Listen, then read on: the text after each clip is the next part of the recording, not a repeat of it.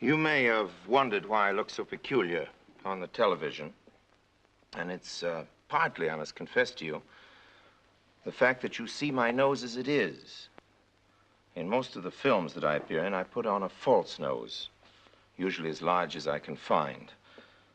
And one night in Dublin, right at the start of my career as an actor, I was playing in a play called Mogul of the Desert, which was in blank verse. I was playing the role of Khosroes, king of the Persians. And he had an enormous nose, like one of those Persian miniatures that you see. I put it on, began here and ended there, beard and so on. That's the way it looked. And in the second act, I had to come out with a young lady, a very pretty young lady, and a gentleman had to attempt to assassinate me. Another gentleman, Mogul, the title role, whipped the dagger out of the would-be assassin's hand. And on the opening night, the first night of this play, instead of whipping the dagger out of the assassin's hand, he whipped the nose off my face. And I was revealed as you see me now. And of course I was very embarrassed, didn't look very Persian, so I put my hand in front of my face. I had a long love scene to play with the young lady in blank verse. You can imagine how well that went down on the first night in Dublin. You were as beautiful as the desert, I don't know what all. Finally, I had to say a line at the end of the scene, at climactic point. I had to say to Mogul, had you not brought me into the temple at the time you did, Lord Mogul, I might have lost my throne. And instead of which I said, had you not brought me into the temple at the time you did, Lord Mogul, I might have lost my nose. At which point everybody burst into derisive laughter and the curtain slowly fell. That, of course, is a first night that I'll never forget. Speaking of first nights, I suppose the worst thing about any first night, the critics. For us, a critic at a first night is rather like a fairy godmother at a christening. From our point of view, it'd be so much nicer if the critics would only come on last nights. Then they could exercise their undoubted flair for funeral orations. I remember one first night in Boston, it was, Henry V. We were doing the show on a revolving stage, that is a turntable, big circular stage that turns. And when it came the great moment of the charge, I see you stand like greyhounds at the slips and so on. I had devised a plan which involved real bows and real arrows. This was folly on my part, as it later turned out, but I had a large target made of cork just in the wings, and 40 of the English soldiery, played by Harvard men, students from the University of Harvard. This was in Boston. 40 of these stalwart fellows were to shoot their arrows into the wings, into the cork target. However, the revolving stage started to turn a little bit too soon. There I was saying, "Cry God for Harry, England, and St. George," and as I said it, the turntable slowly moved so that instead of looking off stage left, we were looking straight into the audience, and 40 bows and arrows were pointed right into the theater. And I thought to myself as I came to the tag, well, they're university fellows. They're not going to just shoot into the audience. And so with a certain amount of confidence, I launched into the great line, "Cry God for Harry, England, and St. George." There was a tremendous roar, and I noticed with horror that the roar was from the audience because indeed they had shot the arrows into the audience. 40 of them. We even scored a direct hit on the Dean of Critics. I thought of the story because of what sometimes can happen to a critic on a first night. Critics really ought to be more careful. Now I hear that they're television critics. I'd like to dedicate a little story about a critic and a show of ours to this new profession. It's a murder story. It's about a critic who didn't like our shows. His name was Percy Hammond. Poor fellow, dead now. So I told you it's a murder story. The play was Macbeth, not the motion picture of Macbeth, which nobody seemed to like, but the Negro Macbeth. In case you think this is a little too crazy to be believed, let me assure you that there was a Negro Macbeth, that is a production with Negroes of Macbeth, that we did in Harlem some years ago in a government-sponsored theater, a Negro theater. And our purpose was not as capricious and foolish as it may sound, because we were anxious to give to Negro artists, who are so very talented, an opportunity to play in the sort of thing that's usually denied them. As you know, the parts that fall to Negroes are too often old mammies with bandanas and watermelon eating pickaninnies and Uncle Rastuses and so on. So we did quite a number of shows from classic repertory. We began with a Gilbert and Sullivan Hot Mikado, we called it. And encouraged by that success, we went on to Shaw and then backwards into literature, and finally dared a production of Macbeth, which was laid in a West Indian island suggestive of Haiti at the time of the Black Emperor, Jean-Christophe.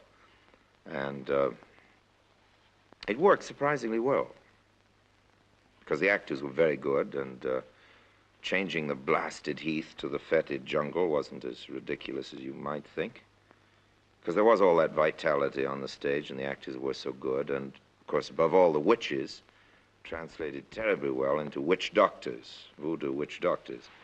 And these witch doctors were specially imported from Africa, because the governments in the West Indies took the view that there was no such thing as voodoo. So we had to go all the way to the Gold Coast and import a troupe, and they were quite a troupe, headed by a fellow whose name was Asadata Daforo. The only other member of the coven who had any English was a dwarf with gold teeth by the name of Jasbo. At least we called him Jasbo up in Harlem. I don't know what his African name was. He had a diamond in each one of those gold teeth. He was quite a character, fairly terrifying. The other members of the troupe not only spoke no English, but didn't seem to want to speak at all. They confined their communications to drumming.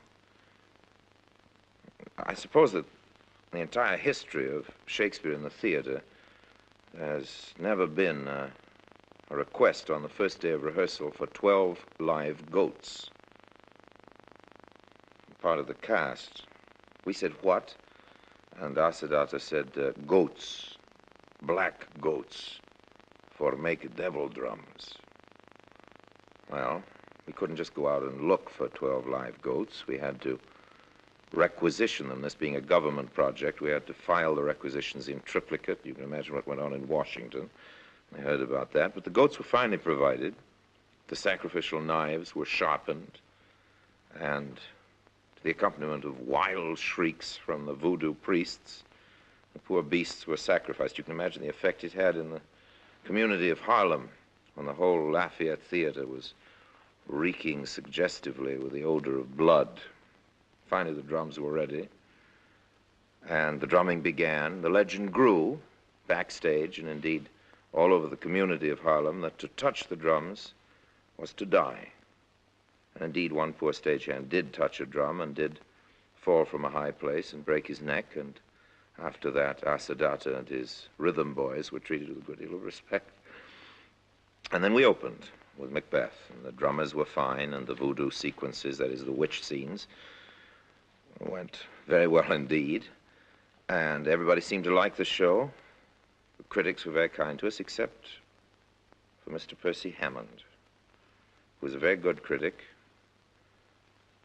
and I don't want to speak disrespectfully of the dead, but he did write a notice in which he said that Negroes should never be allowed to play anything except Negro subjects, which went down, of course, very badly up in Harlem, and was taken to be an unfair attack on the Negro race. And at the height of discussion on this subject, I was approached by Jasbo, who said to me, "This critic, bad man." And I said, "Yes, he's a bad man.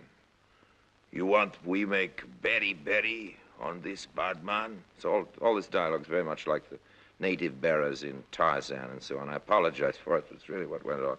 I said, just go right ahead and make all the berry you want to. They said, we start drums now. I said, you go ahead and start the drums, just be ready for the show tonight. They said, drums begin now. He die 23 hours from now. Drumming began. Fine. Show went on. I went home, woke up next morning, proceeded along ordinary course of work, and bought the afternoon paper to discover that Mr. Percy Hammond, for unknown causes, had dropped dead in his apartment. I know this story is a little hard to believe, but it is circumstantially true. And I thought it might be interesting for some of our critics to hear what can happen.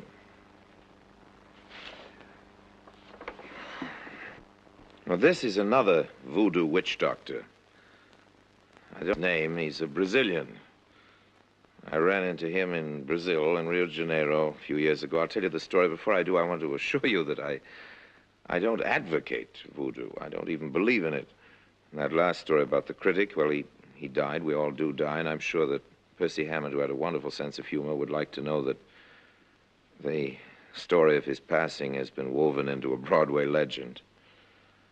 In the case of Brazil, we were down there making a documentary film, partly for the government, but mostly for a Hollywood studio. This was at the time of the good neighbor policy, and it was my task to make a large Technicolor documentary on the subject of the carnival.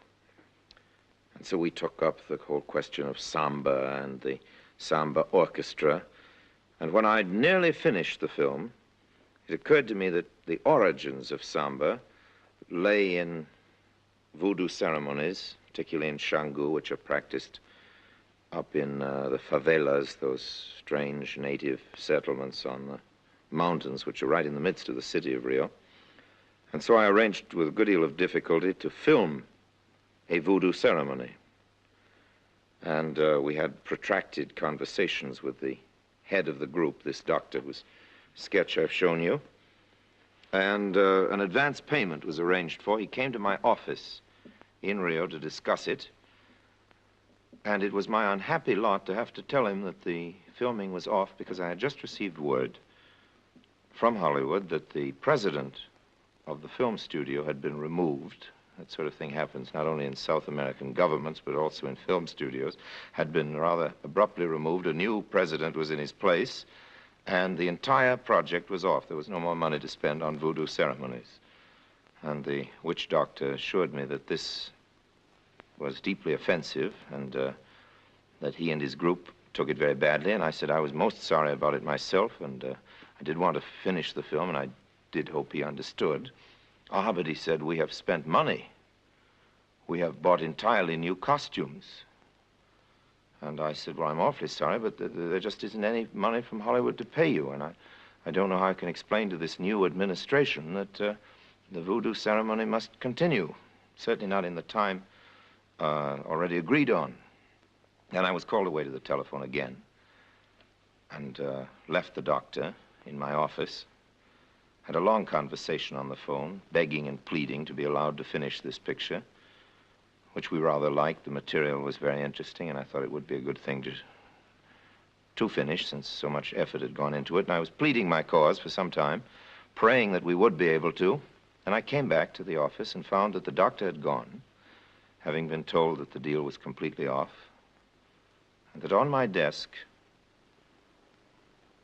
in a script of the film, was a long steel needle. It had been driven entirely through the script, and to the needle was attached a length of red wool. This was the mark of the voodoo. The end of that story is that it was the end of the film. We were never allowed to finish it. There are more things in heaven and earth, Horatio, than are dreamed of in our philosophy.